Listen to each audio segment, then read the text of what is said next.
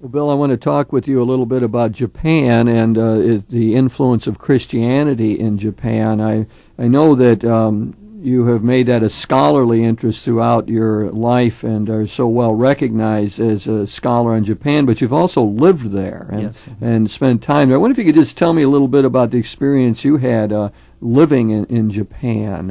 And I don't know if you can slant it at all to that religious side that I'm after here or not, but might just reflect on that a bit. Well, it's a fantastic opportunity to be able to interact with another culture. Much of my time spent in Japan has been research and language time, but I've tried to combine with it an endeavor to learn more about the Christian tradition and faith, being a Christian myself. I found, for example, living in a home owned by a Japanese Christian minister, a man who ministers to the poor, the downtrodden, particularly the Korean minority in the outskirts of Tokyo. I've seen one side. I've had the chance to interact with Japanese Christian scholars, those who are interested both in the research and in the teaching aspects of it. I spent a year at Kokusai Christokyo Daigaku, literally International Christian University, and so I've had a chance to get a feel for what religion and particularly Christianity is about in Japan. In my 1 week in Japan, it's interesting for how our dialogue takes place here. I'm reflecting on a very brief experience in Japan and drawing on your expertise in the area to try to produce this conversation that leads us to understand it better. But I interacted with the Marino missionaries there, who have a history in Japan and who have done excellent work there, and they're very impressive people to me. And they've tried to learn; they know the language, and they've immersed themselves in the culture, and gave me, I suppose, my own feel for what it means to be ministering as Christian people in this Japanese culture. Yes. It's not an easy one. That's the first thing that comes across to one, is that Christianity is perceived as a Western religion. It is alien to the Japanese culture, and it is not easy for them to penetrate this culture. In fact, I think to this moment there's about 1% or less of Japan that is Christian, slightly more Protestants than Catholics, but less than 1%. An interesting contrast is with Korea, where Christianity was introduced into Korea by Koreans who went and were evangelized elsewhere, came back, and it's never appeared quite so foreign to the Koreans. And they're baptizing people right and left in Korea these days, and in Japan it is a rarity to have a convert. True. I think, though, it's important to remember that Japanese, by and large, are not joiners of religious organizations. They are not card-carrying members of Buddhist or Shinto or whatever religion. I think the fact that there's only 1% of the Japanese population that's Christian understates dramatically, because the influence and the values of Christianity are much more widely appreciated and much more widely emulated in Japan than the 1% would indicate. Also, the 1% oftentimes is an elite in Japan in terms of intellectual, social, political leadership. Many of the Japanese Christians have been in the forefront, for instance, of social issues and social movements.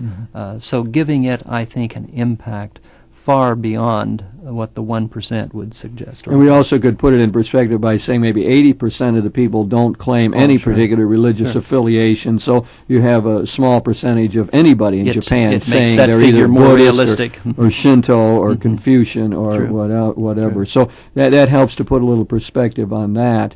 The thing that I noticed too about the Christian situation there was in the churches. I went to Mass in St. Ignatius Church in Tokyo, which is connected with Sophia University. That's one of the most important private universities in Japan, run by the Jesuits, and St. Ignatius Church run by the Jesuits. And it was, a very, for a Westerner, it all looked very familiar. There were hymnals that I recognized, and I watched the people coming in, and many of them bowed as their way of making reverence, although even a few few of them did genuflect. The missionaries were surprised when I told them that, but I did see them, and they didn't look like, they looked like they were Japanese or Orientals. They did not look like Westerners to me.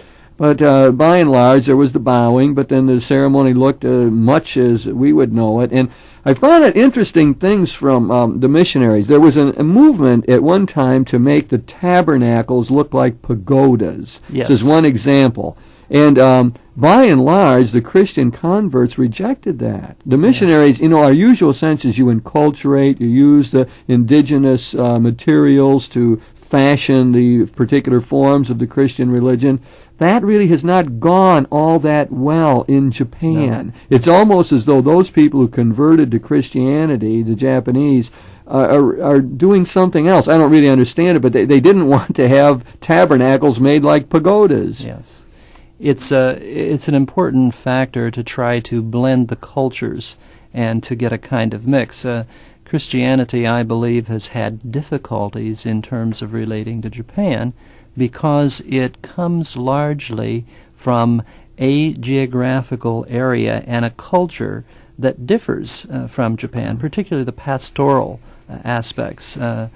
So much of Christianity and the Bible is set in a herding society, the sheep, the flocks.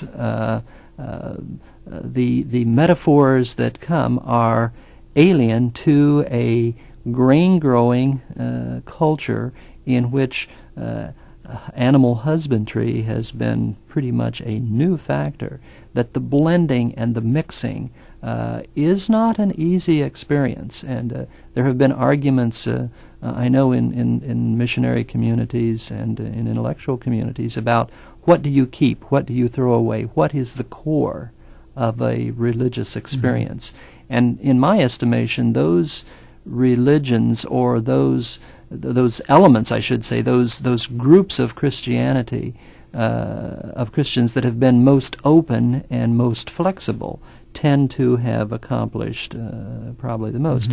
It also fits with, if I can, with part of the Japanese tradition is one of trying to maintain independence. And as a nation, you mean? As a nation and as a culture. Right. To me, one of the most influential individuals in Christianity in Japan is a fellow by the name of Uchimura Kanzo. And Uchimura Kanzo, in the 19th century, became a very strong spokesman for Christianity. He did a great deal of interpreting, of explaining, of building, but what Uchimura tried to do was to give Christianity its Japanese setting. He emphasized his two J's, Jesus and Japan, and he linked the two together very carefully. He was not receptive, not at all receptive to foreign missionaries who wanted to fit Japan under the umbrella of some sort of outreach from the West, from United States. So Uchimura's independence is one of the things, but could say more about him. Yes, for sure. Well, let's look at this a little bit historically, Bill. We go back to the 1540s with St. Francis Xavier from the Basque country, a good friend of St. Ignatius Loyola, the founder of the Jesuit order, and the missionary who brought Christianity to Japan. That takes back 1540, sure. And as a matter of fact, shortly after that, he did have quite a bit of success. Christianity was well received. I went to a monastery, Daitoku. Do I say it? Daitoku-ji. Daitoku-ji. Mm-hmm. Yeah, and it was really fascinating because it was founded by a guy back right shortly after the time of when St. Francis Xavier was there, and this man converted to being a Christian, and he actually persecuted the Buddhists then, and persecuted the Buddhist monks, killed them, and created a Christian kind of monastery here. And in fact, there's a remembrance of that. They have rock gardens in there, as they do in most of these monasteries, and in the rock garden there's one to the cross, the crucifixion. And there's another one which they sort of link with the Sermon on the Mount idea. And even to this day yet, this fellow is remembered in the prayers of the Buddhists. They're not, they're not vengeful for what he did, but they still say daily prayers for this fellow. But we see this Christian influence, and my point was Christianity did spread quite a bit after Francis Xavier got there. As far as I know, the arrival of St. Francis Xavier is synonymous with the introduction of Christianity, and it comes primarily in southern Japan.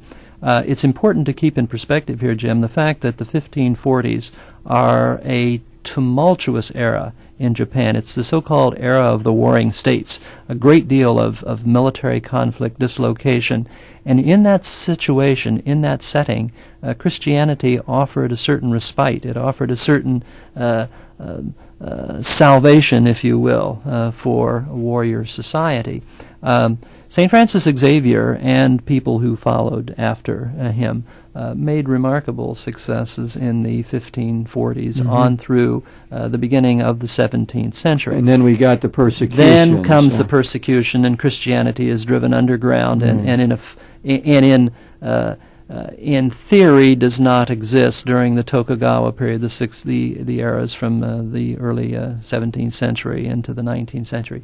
In reality, there is an underground Christian movement that continues to exist, though, during that period of time. Yes, so that I saw an icon, Bill, of by a modern Japanese icon maker who is a painter who's very good, and it reminds one of Russian icons and so on. But in the icon, it's there's Saint Michael pictured, who's the patron of the country. There's Saint Francis Xavier, of course, the missionary, and then a horrible scene of martyrdom, where Christians are hung up by their feet and near the sea, and as the sea comes in, they are gradually drowned. And it's very a horrible depiction of this period you're talking about, when the Christians were persecuted greatly. And I think they were, my reading of that was that it really was largely political, or in terms of cultural isolation, because Christianity was linked with the West, seen as a foreign import, seen as a political threat, and therefore had to be gotten rid of. More so than the ideology, I think, than the theology itself, a fear that this would introduce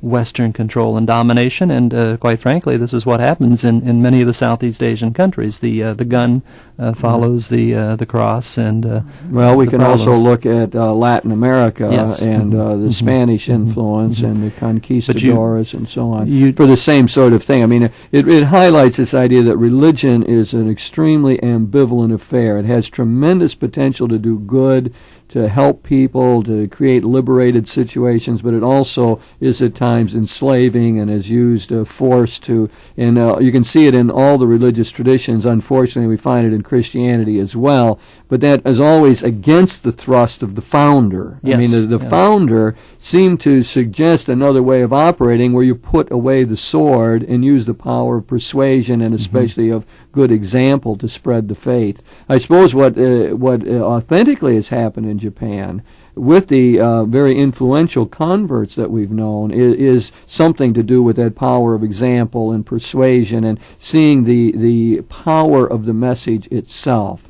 Uchimura might well be an example of that. Very, very true. Maybe we could spend a little more time with him, because he's such a... my remembrance is that his refusal to bow before the emperor, that probably has to be put into some cultural... That's one of the things that gets him into trouble, in a sense, but it also gains him considerable respect.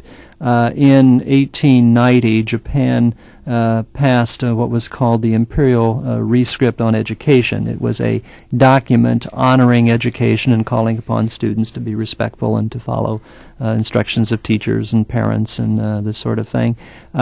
School personnel, teachers and administrators, were asked to bow before and actually to sign acceptance of this Imperial Rescript.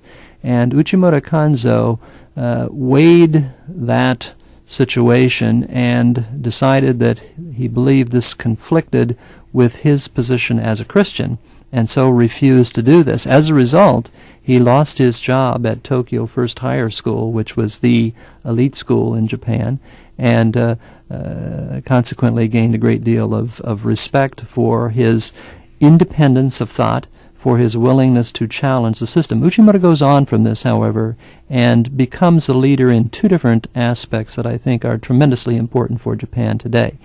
Uchimura, first of all, founds a group of people and an organization which in Japanese is called the Mukyokai, literally the No Church Church Society. Uchimura believed that religion, and Christianity in particular, was an idea, was a concept, was a spirit and a feeling that could not be identified and should not be identified with beautiful buildings, structure, all the concrete paraphernalia of religion. So Uchimura consciously emphasized playing down the physical aspects, the physical property of religion. That group still exists in Japan. I had a chance to worship with them. I had a chance to feel to sense some of their views and experience. Well, tell me about the gathering. I mean, was it this? This is a Christian group. This is a Christian group. Yes, and they do read the scriptures, hymnals, and all. But it met in what I would call very nondescript facilities. As a matter of fact, I think it was a school building or some sort of a social hall or such. It was not their edifice. They spend very little time worrying about budgets and fundraising drives and what they're going to do to keep the property up. The time should be spent on working with individuals and working with the message. Thinking Uchimura, did he not see Christianity as sort of the natural outgrowth of the Japanese spirit? I think he wanted to see it not as a foreign import, but as if you worked your way through the Japanese traditions and looked at the religious heritage that they had, that you could actually see it flowing into this notion of Christianity. I find that to be a fascinating idea. I think that's why Uchimura was as successful as he was. He stripped away, I believe, the hull of Christianity, the hull of religion, and tried to get at the core of feeling and being and sentiment. And there he found in Christianity something remarkably familiar to a Japanese.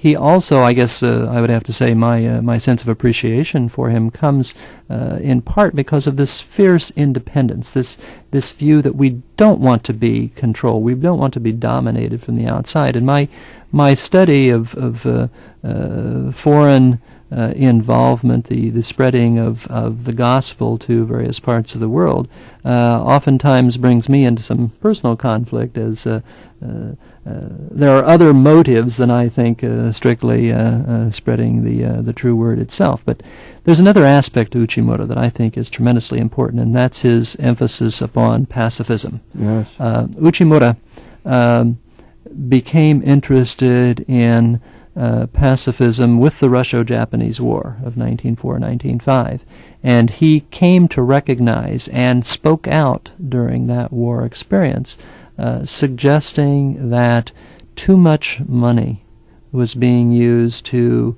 support military activities, too much money and too much time and resources going to what he considered to be non-productive elements of society. He really rooted that feeling in the biblical teaching too, didn't he? I was surprised. I think that he actually felt that the overall message of the Bible, including the Hebrew Scriptures, was nonviolence. Now, most people don't read the Hebrew Scriptures that way, but he certainly did, and I think that, with good reason, emphasis on Deuteronomy and so on, but that he felt that the whole of the Bible really did speak to a pacifist position. He did that indeed, and he combined that with an emphasis upon a kind of socialistic and humanistic value system, and created a group of followers.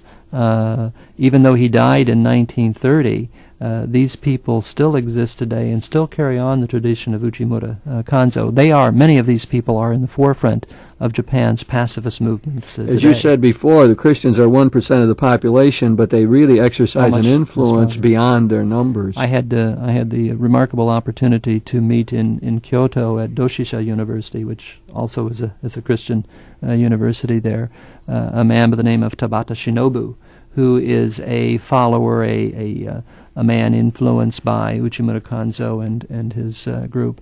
one of the most dynamic, forceful Japanese that I have had the opportunity to associate with.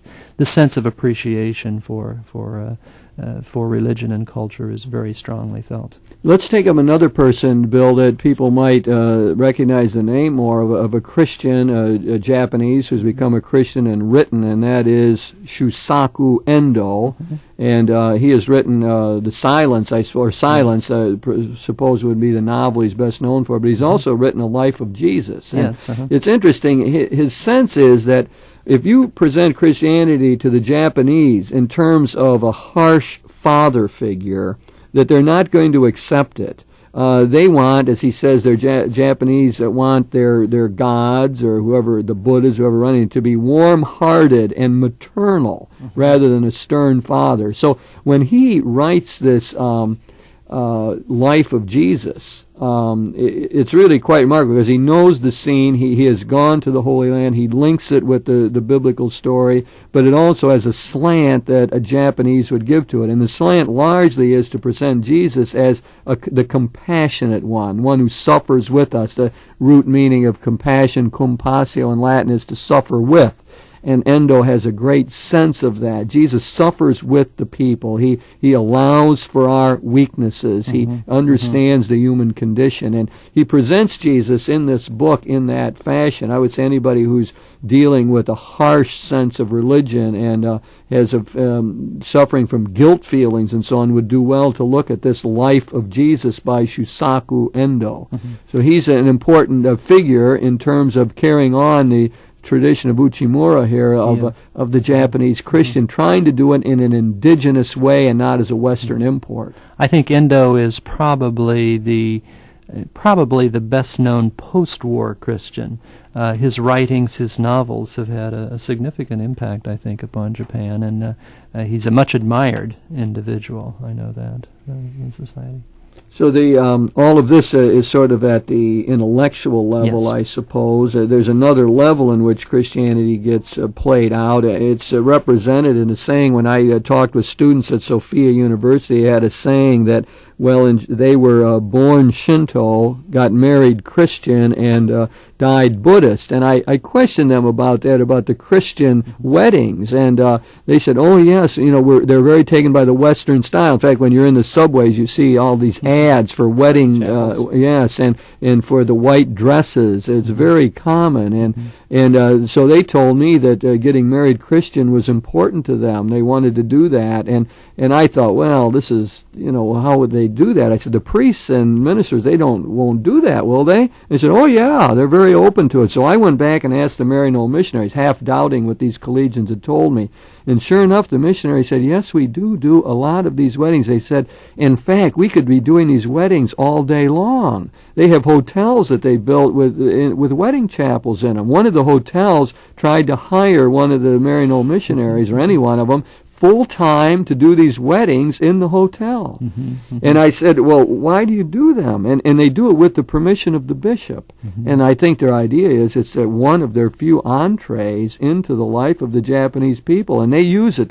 When they come for wedding, they must come for instructions, and they will, some of them use it, I must say, as a chance to evangelize. They will try to push Christianity, talk about Jesus. Others seem to use it as an opportunity to help the people, to counsel them, give them psychological advice, and to remind them of the importance of it and all. But they do a lot of these weddings. Not to be cynical or anything, but there's a kind of Madison Avenue approach here. I mean, the sale of these white wedding gowns creates a great deal of income, the profit from serving the wedding ceremonies. Then, too, there is not really much of a Buddhist or Shinto wedding. There's a void there. Right. Buddhists are good at funerals, they say. Much They're better really at funerals, wonderful yes. at funerals. They know life is suffering, and you can be released from this suffering, and they have a message to preach at funerals. In terms of life affirmation, might say something about Christianity, Bill. In general, I mean, we always said Jesus is not an ascetic. Jesus didn't live in a monastery. Jesus didn't go off by himself. He went to wedding parties and talked about birds and of the air and the flowers heroes of the field. He wasn't too much into a churchy kind of talk. He was interested in everyday life and in somehow sanctifying that. And with I must say, with something like Buddhism in Japan or any place, there is a world-denying aspect to it, that the world is samsara, it's illusion, and you have to get beyond that illusion. For Christians, the world is the locus of God's activity. God sent His Son into the world to save the world. And so we have a sense of, a sacramental sense of finding God in those activities. So I think there's maybe the Japanese, in part sense that, a chance to make holy this wedding time. I think it's important here to emphasize again that Christianity in Japan has an influence and an impact far beyond its 1%. The appreciation for the service to mankind, social issues. One of the leading Christians in Japan, a man by the name of Kagawa Toyohiko, a Christian who worked in the slums of Kobe, who ministered to people, brought with him a combination of Japanese and Christian values that combination is amazing even today. Well, that point is well taken that you have made repeatedly here, that the Christian influence is larger in Japan than is often recognized. And it goes back, of course, to the 1540s when St. Francis Xavier came to the country and brought the Christian message, maybe not always adapting it as he might have, but it produced a number of converts and then also produced a great and terrible persecution where Christianity was reduced and officially ruled out during the Tokugawa period. And so we see a sort of a renaissance maybe of interest now in the important figures you've been talking about, Urimucho, I didn't say that Uchimura. Right. Uchimura, yes. Thank you. And Shisako Endo, the novelist and author of The Life of Jesus. So they portray a really vibrant Christianity, but especially an indigenous Christianity, one that takes seriously Japanese culture and sensibility.